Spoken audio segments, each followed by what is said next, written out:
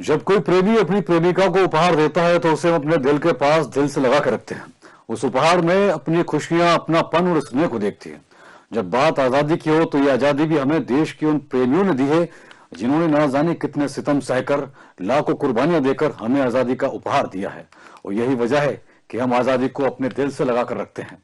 और आज हम शहीदों को नमन करते हैं, हर साल स्वतंत्रता दिवस मनाते हैं।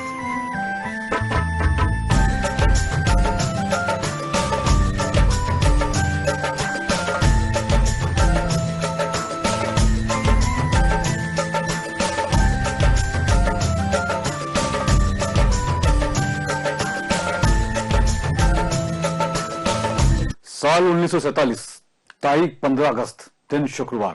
ये वो दिन है जब भारत आजाद हुआ। ब्रिटिश शासन को भारतीयों ने धूल चढ़ाई और भारत को आजादी दिलाई। ये दिन वाकई हम सबके लिए करीब है। और आज इसी आजादी को याद करते हुए हम बात करते हैं मध्य प्रदेश के दिल यानी भोपाल के बारे में। कैसे रियासतों को एक एक कर प्रदेश बना और फिर तालों के ताल भोपाल अस्तित्व में आया है।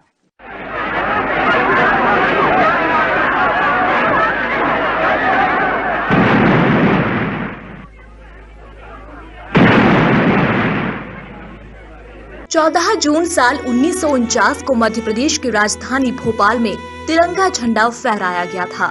भोपाल रियासत को भारत गणराज्य में विलय होने में लगभग 2 साल लग गए। इसकी वजह ये रही कि भोपाल नवाब हमीदुल्ला खां इसे स्वतंत्र रियासत के रूप में रखना चाहते थे। भोपाल नवाब और हैदराबाद निजाम अपनी रियासतों को पाकिस्तान में विलय करने के लिए पुरजोर कोशिशों में लगे हुए थे। हालांकि भौगोलिक दृष्टि से ये असंभव था। आजादी मिलने के लंबे समय बाद भी भोपाल रियासत का विलय नहीं होने से जनता में भारी आक्रोश था। यही आक्रोशित विलीनीकरण आंदोलन में बदल गया था। लोगों ने हार नहीं मानी और अंततः भोपाल नवाब को विलय पत्र पर हस्ताक्षर करने पड़े और वैधानिक रूप से 1 जून 1949 को भोपाल राज्य विधिवत भारत संघ में सम्मिलित हो गया।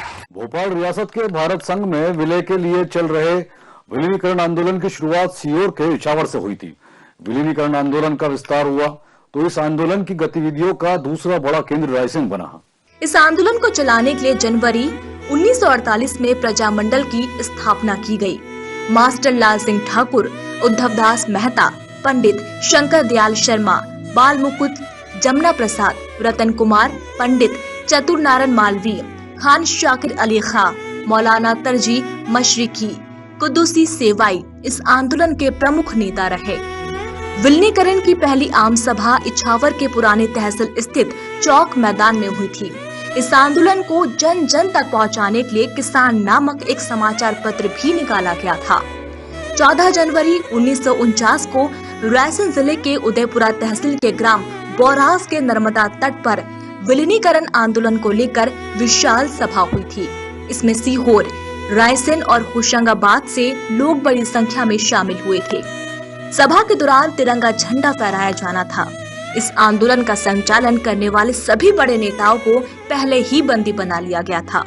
तिरंगा झंडा हाथ में लेकर बढ़ रहे युवाओं पर पुलिस ने गोलियां चलाई।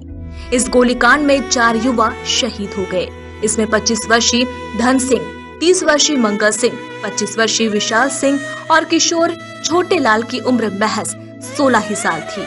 इनकी उम्र को देखकर उस वक्त युवाओं में देशभक्ति के जज्बे का अनुमान लगाया जा सकता था। भोपाल विलीनीकरण आंदोलन के इन शहीदों की स्मृति में रायसेन जिले के उदयपुरा तहसील के ग्राम बोरास में नर्मदा तट पर 14 जनवरी 1984 में स्मारक बनाया गया है। नर्मदा के साथ साथ बोरास का ये शहीद स्मारक भी उतना ही पावन और श्रद्धा का केंद्र है। यहाँ हर साल 14 जनवरी को विशाल मेले का आयोजन किया जाता है। बोरास गोलीकांड की सूचना सरदार वल्लभ भाई पटेल को मिलते ही उन्होंने पीपी मेनन को भोपाल भेजा था। भोपाल रियासत का 1 जून 1949 को भारत गणराज्य में विलय हो गया और भारत की आजादी के 1959 दिन के बाद भोपाल में तिरंगा झंडा फहराया गया। विलीनीकरण आंदोलन में इछावर की बहुत बड़ी भूमिका रही है पूरे भोपाल राज्य में। और बहुत से युवा पीढ़ी को अभी जानकारी नहीं है कि विलीनीकरण आंदोलन क्या है। दरअसल 15 अगस्त 1947 को भारत को आज़ादी मिली, लेकिन चूंकि इछावर भोपाल स्टेट के अंतर्गत आता था और यहाँ के नवाब भोपाल स्टेट में सम्मिलित होने के इच्छुक नहीं थे, तो इसलिए पूरा भोपाल राज्य भारत के साथ आज़ाद नहीं हो पाया। भोपाल के अलावा हैदराबाद, जूनागढ़, कश्मीर ऐसे कुछ राज्य थे जिन्हें आज़ादी नहीं मिली। इसके बाद भोपाल राज्य को भारत संघ में मिलाने के लिए एक आंदोलन शुरू हुआ, जिसे विलीनीकरण आंदोलन कहा गया। विलीनीकरण यानी विलय होना, मर्ज होना। और उसमें इछावर के नेताओं की बड़ी अग्रणी भूमिका रही।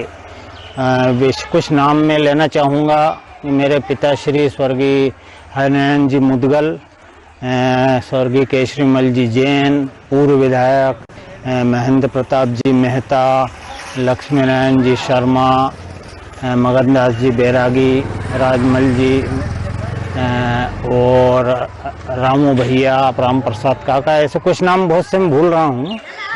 और इन्होंने आंदोलन किया नवाबी शासन के खिलाफ। इनको काफ़ी प्रताड़ित किया गया। और ये जो पीछे आप देख रहे हैं मुख्य द्वार, ये से पुरानी तहसील कहते हैं, वर्तमान में नगर पालिका है। पुराना बस स्टैंड भी यहीं पे है। साल 1947 को आजाद नहीं हो सका था भोपाल। गोलियां चली, गिरफ्तारियां हुई, तब जाकर 1949 में मिली थी स्वतंत्रता।